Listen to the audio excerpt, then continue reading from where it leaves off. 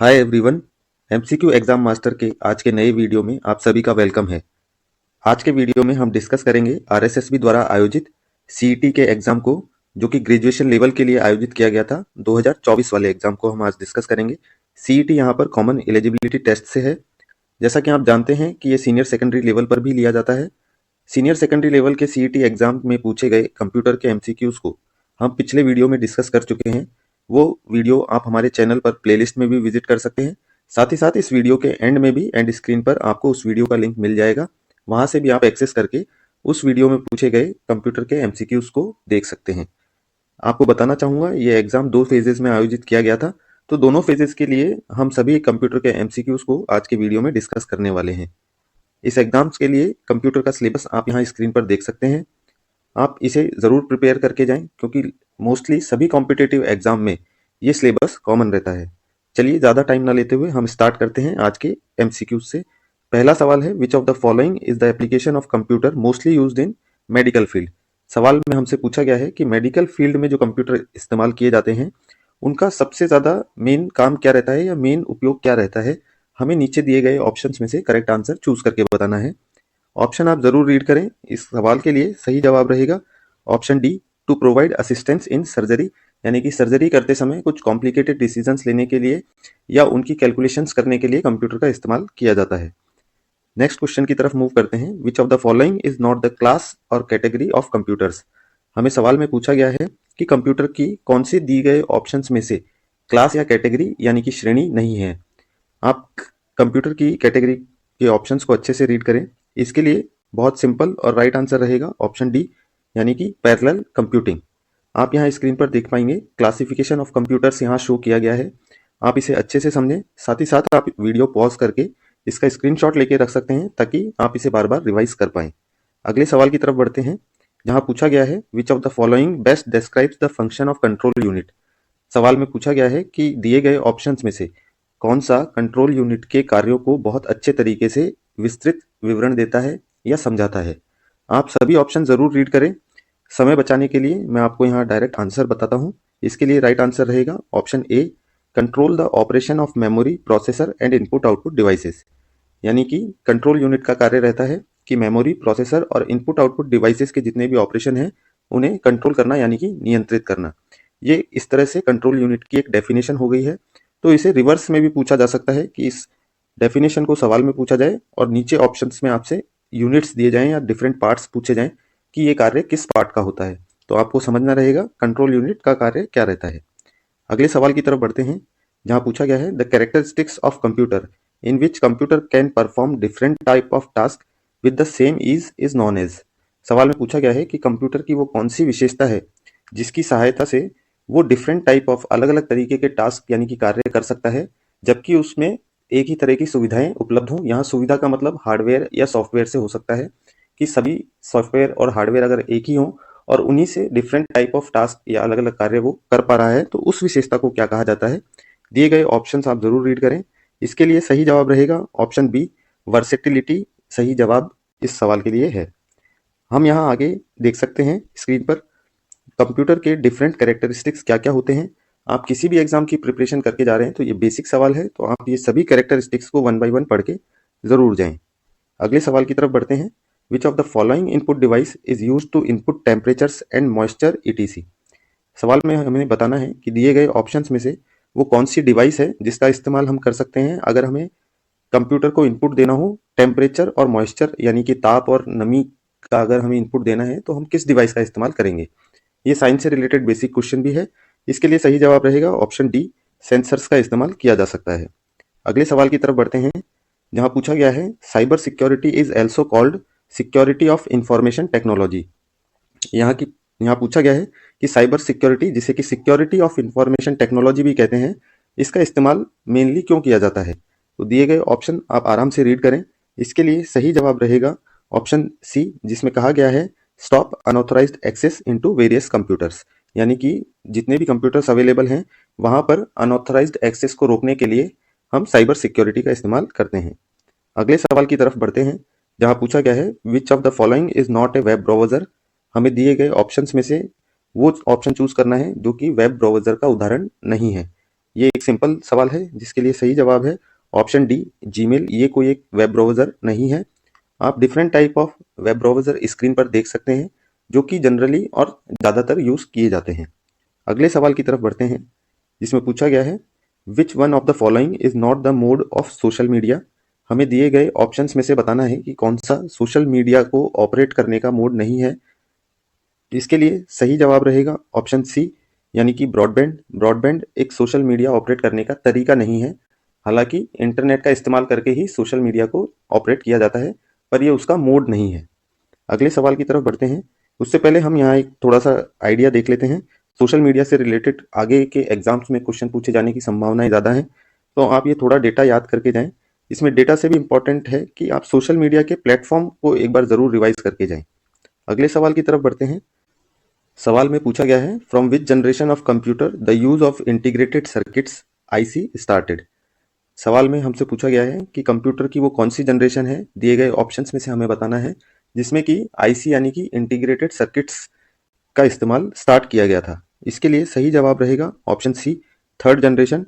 Basic computer से related ये सवाल है। कंप्यूटर जनरेशन का डिटेल्ड ओवरव्यू आप यहाँ स्क्रीन पर देख सकते हैं। आप इसे रिवाइज करके जाएं। अगले सवाल की तरफ बढ़ते हैं जहां पूछा गया है a set of wires which carries a group of bits simultaneously that is in parallel and has an associated control scheme is known as. हालांकि एक सिंपल सवाल है जिसे कि काफी लेंथी लैंग्वेज करके पूछा गया है, जिसमें सवाल में हमसे पूछा गया है कि वो सेट ऑफ वायर्स यानी एक ग्रुप ऑफ वायर्स है जिसका कार्य बिट्स को ले जाने का है एक साथ में, साथ ही साथ वो एक कंट्रोल स्कीम से भी जुड़ा हुआ रहता है।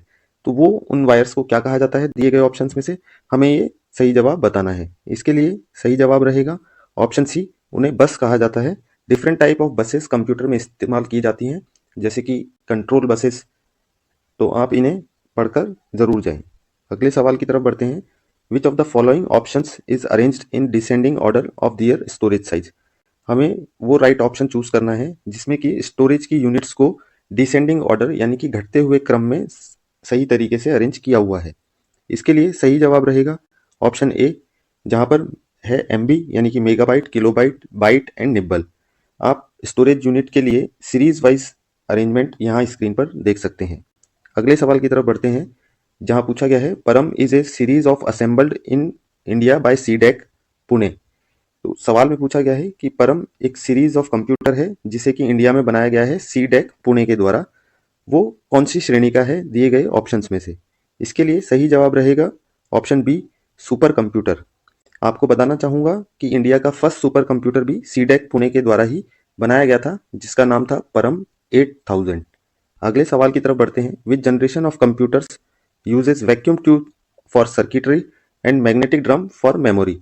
हमें सवाल में पूछा गया है कि वो कौन सी जनरेशन के कंप्यूटर्स हैं जिसमें सर्किट के लिए वैक्यूम ट्यूब्स का इस्तेमाल किया गया था और मेमोरी के लिए मैग्नेटिक ड्रम का इस्तेमाल किया गया था। इसके लिए सही जवाब रहेगा ऑप्शन ए, फर्स्ट जनरेशन में इस तरह का अरेंजमेंट किया गया था। जनरेशन से रिलेटेड ओवरव्यू हम पिछले सवाल की तरफ देख चुके हैं। अगले सवाल की तरफ बढ़ते हैं। Which of the following does not correspond to an audio file's valid extension. हमें सवाल में पूछा गया है कि दिए गए ऑप्शंस में से वो कौन सा फाइल एक्सटेंशन है जिसका इस्तेमाल ऑडियो फाइल्स के लिए नहीं किया जाता है। आप नहीं वर्ड का हमेशा इस तरह के सवालों में जरूर ध्यान रखें। इसके लिए सही जवाब रहेगा ऑप्शन सी, यानी कि .rar फाइल। ये एक कंप्रेस्ड फाइल के लिए फाइल एक्सटेंशन है। अगले सवाल से बढ़ने से पहले हम देखेंगे यहाँ डिफरेंट टाइप ऑफ ऑडियो और वीडियो फाइल फॉर्मेट्स के लिए फाइल एक्सटेंशन दिए गए हैं। आप इन सबको अच्छे से रिवाइज कर सकते हैं, साथ ही साथ स्क्रीनशॉट लेके आप इसे सेव भी रख सकते हैं। अगले सवाल की तरफ बढ़ते हैं। ये एक बाइनरी कन्वर्जन का या बुलियन अलजेब्रा का सवाल है जहां कन्वर्जन पूछा गया है एक बाइनरी नंबर का ऑक्टल नंबर में। इसके लिए सही जवाब रहेगा ऑप्शन ए, यानी कि 56 की बेस 8। यहाँ आप स्क्रीन पर देख पाएंगे अगर हम ज़्यादा कन्वर्जन भी याद ना करें या उसकी कैलकुलेशन ना सीखें तो एटलीस्ट शुरू के जो 7 या 8 डिजिट्स हैं उन्हें हम ज़रूर लर्न करके जाएं, ताकि इस तरह के अगर डायरेक्ट सवाल पूछे जाते हैं तो हम कम समय में इस तरह के सवालों के जवाब दे पाएं। अगले सवाल की तरफ बढ़ते हैं। Which of the following is not a type of printer. हमें सवाल में बताना है कि दिए गए ऑप्शंस में से कौन सा एक प्रिंटर का टाइप नहीं है। इसके लिए सही जवाब रहेगा option B, dot solid printer. हालांकि डॉट प्रिंटर नाम से एक प्रिंटर अवेलेबल है, बट डॉट सॉलिड प्रिंटर कोई नहीं है। इसे डॉट मैट्रिक्स प्रिंटर भी कहा जाता है, डॉट प्रिंटर को। अगले सवाल की तरफ बढ़ते हैं।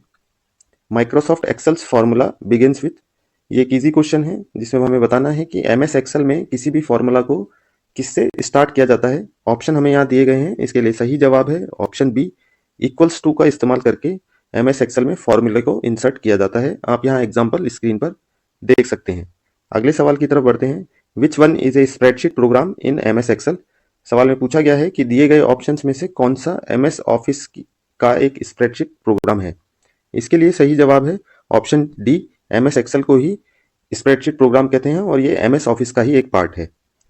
अगले सवाल की तरफ बढ़ते हैं। क्या है कि कौन सी मेमोरी है जिसका इस्तेमाल टेम्परेरीली स्टोर करने के लिए किया जाता है डेटा को। सेकंड पार्ट में पूछा गया है कि हमें वो दूसरे टाइप की मेमोरी बतानी है जिसका इस्तेमाल किसी भी डेटा को परमानेंटली स्टोर करने के लिए किया जाता है और उसे बाद में ऑल्टर यानी कि काट छाट नहीं की जा सकती है, साथ ही साथ उसे डिलीट नहीं किया जा सकता है। तो यहाँ सीक्वेंस का ध्यान रखें। इसके लिए सही जवाब रहेगा option A, RAM and ROM. First part के लिए random access memory and second part के लिए रीड एंड ओनली मेमोरी का इस्तेमाल हम करते हैं। अगले सवाल की तरफ बढ़ते हैं। यहाँ पर आप ब्रीफ डिस्क्रिप्शन रैम और रोम का देख सकते हैं। अगर आप इसे अच्छे से समझ के जाएंगे तो इससे संबंधित कोई भी सवाल आपका गलत नहीं होगा। अगले सवाल की तरफ बढ़ते हैं। Hardware that is used to provide information, data and to control signals to a computer system from outside world is called. यहाँ पर भी एग्जामिनर में लैंग्वेज का खेल किया हुआ है, जहाँ एक सिंपल क्वेश्चन को लेंथी लैंग्वेज में कन्वर्ट करके पूछा गया है। सवाल में पूछा गया है वो कौन सा हार्डवेयर है जिसका इस्तेमाल किया जाता है जिससे कि डेटा को या इंफॉर्मेशन को कंट्रोल किया जा सके और उसे कंप्यूटर सिस्टम के लिए एज ए इनपुट दिया जा सके बाहरी दुनिया से। तो इसके लिए सही जवाब रहेगा option C, keyboard and mouse, यानी कि इनपुट डिवाइसेस जिनकी सहायता से ही बाहरी दुनिया से हम कोई भी डेटा या इंफॉर्मेशन कंप्यूटर को प्रोवाइड करते हैं। अगले सवाल की तरफ बढ़ते हैं। यहाँ पूछा गया है what type of data structure is used to store a group of elements in a non linear manner. हमें डेटा स्ट्रक्चर का वो टाइप बताना है जहाँ जो डेटा है उसे स्टोर किया जाता है एक नॉन लीनियर मैनर में। दिए गए ऑप्शंस आप जरूर रीड करें। ये काफी बेसिक क्वेश्चन है बट डीप में है। बहुत सारे एस्पिरेंट्स इस पार्ट को छोड़ के जाते हैं, तो जिन एस्पिरेंट्स ने इस तरह के एमसीक्यूज को रिवाइज किया है उनके लिए बेनिफिशियल है और वो अपने मार्क्स जो हैं वो सेफ स्कोर कर सकते हैं।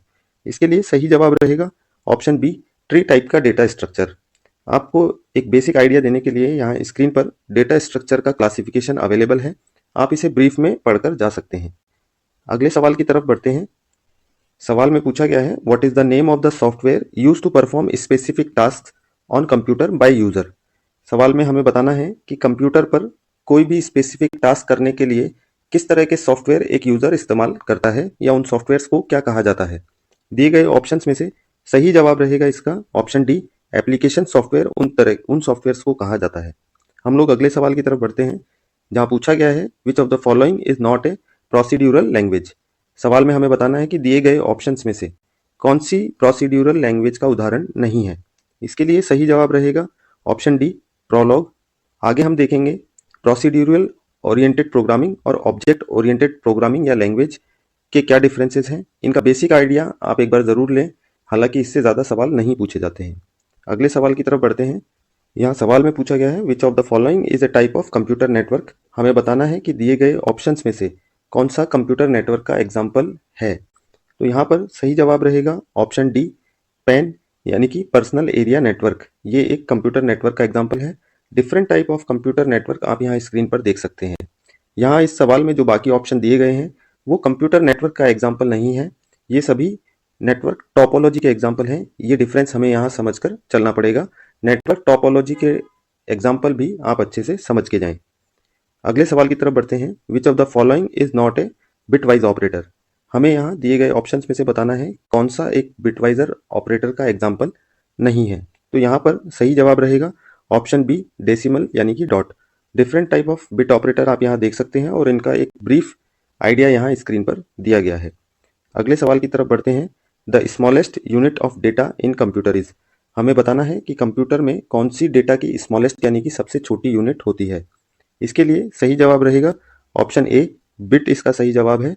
स्क्रीन पर आप यहाँ लिस्ट देख सकते हैं जो कि अभी हमने थोड़ी देर पहले प्रीवियस क्वेश्चन में भी देखी थी। अगले सवाल की तरफ बढ़ते हैं। Which of the following input devices allows to input alphanumeric characters and special characters into computer. सवाल काफ़ी आसान है, जिसमें पूछा गया है कि वो कौन सी इनपुट डिवाइस है जिसका इस्तेमाल कंप्यूटर के इनपुट के लिए किया जाता है, जो कि अल्फान्यूमेरिक कैरेक्टर भी हो सकते हैं, साथ ही साथ कुछ स्पेशल कैरेक्टर भी हो सकते हैं। सही जवाब है ऑप्शन ए, कीबोर्ड वो इनपुट डिवाइस है। अगले सवाल की तरफ बढ़ते हैं, जहां पूछा गया है what is the main function of central processing unit in computers. हमें बताना है कि सेंट्रल प्रोसेसिंग यूनिट यानी कि सीपीयूज का कंप्यूटर में मुख्य कार्य क्या होता है। ये भी एक सिंपल क्वेश्चन है, जिसका सही जवाब है option A, to process data. अगले सवाल की तरफ बढ़ते हैं, which of the following file extension is applied to MS PowerPoint 365 presentation by default whenever you save it. सवाल में पूछा गया है कि वो कौन सा फाइल एक्सटेंशन है जिसका इस्तेमाल ऑटोमेटिकली किया जाता है जब भी आप कोई पावर पॉइंट फाइल या प्रेजेंटेशन फाइल को सेव करते हैं कंप्यूटर में। इसके लिए सही जवाब रहेगा option B, .pptx। MS Office के डिफरेंट फाइल एक्सटेंशन आप यहाँ स्क्रीन पर देख सकते हैं। इसके लिए सेपरेट वीडियो चैनल पर जल्दी बनाया जाएगा। जहाँ जहाँ सवाल आता है हम कोशिश करते हैं कि आपको एक ब्रीफ आइडिया ज़रूर दें, ताकि आप उससे रिलेटेड सभी क्वेश्चंस को रिवाइज कर पाएं, और अगर एग्जाम में पूछे जाते हैं तो उन्हें आप क्विकली अटेम्प्ट कर पाएं। अगले सवाल की तरफ बढ़ते हैं, which of the following is not a social networking website. देखिए, जैसा कि हमने पहला डिस्कस किया था, सोशल मीडिया से रिलेटेड ये काफ़ी सिंपल सवाल है, जहाँ पूछा गया है कि कौन सा सोशल नेटवर्किंग वेबसाइट का एग्जाम्पल नहीं है। दिए गए ऑप्शंस में से सही जवाब रहेगा हॉटमेल। ये एक मैसेजिंग ऐप है जहाँ पर मेल्स का एक्सचेंज किया जाता है या मैसेजेस भेजे जाते हैं। अगले सवाल की तरफ बढ़ते हैं, the characteristics of computer to store data, information and program is called. सवाल में हमें बताना है कि कंप्यूटर की वो कौन सी विशेषता है जिसके कारण कंप्यूटर डेटा को स्टोर कर पाता है, इंफॉर्मेशन ले पाता है, साथ ही साथ प्रोग्राम्स को भी स्टोर कर पाता है। तो सिंपल क्वेश्चन है, जिसके लिए आसान जवाब है ऑप्शन डी, स्टोरेज वो कैरेक्टरिस्टिक्स है कंप्यूटर की। तो आज के वीडियो यहीं पर एंड होते हैं। आप सभी different type of competitive exams या एंट्रेंस टेस्ट में पूछे गए कंप्यूटर के एमसीक्यूज को रिवाइज करने के लिए हमारे चैनल पर डिफरेंट प्लेलिस्ट विजिट कर सकते हैं। आज का वीडियो अच्छा लगा हो तो लाइक करें, चैनल को सब्सक्राइब करें। Thank you for watching.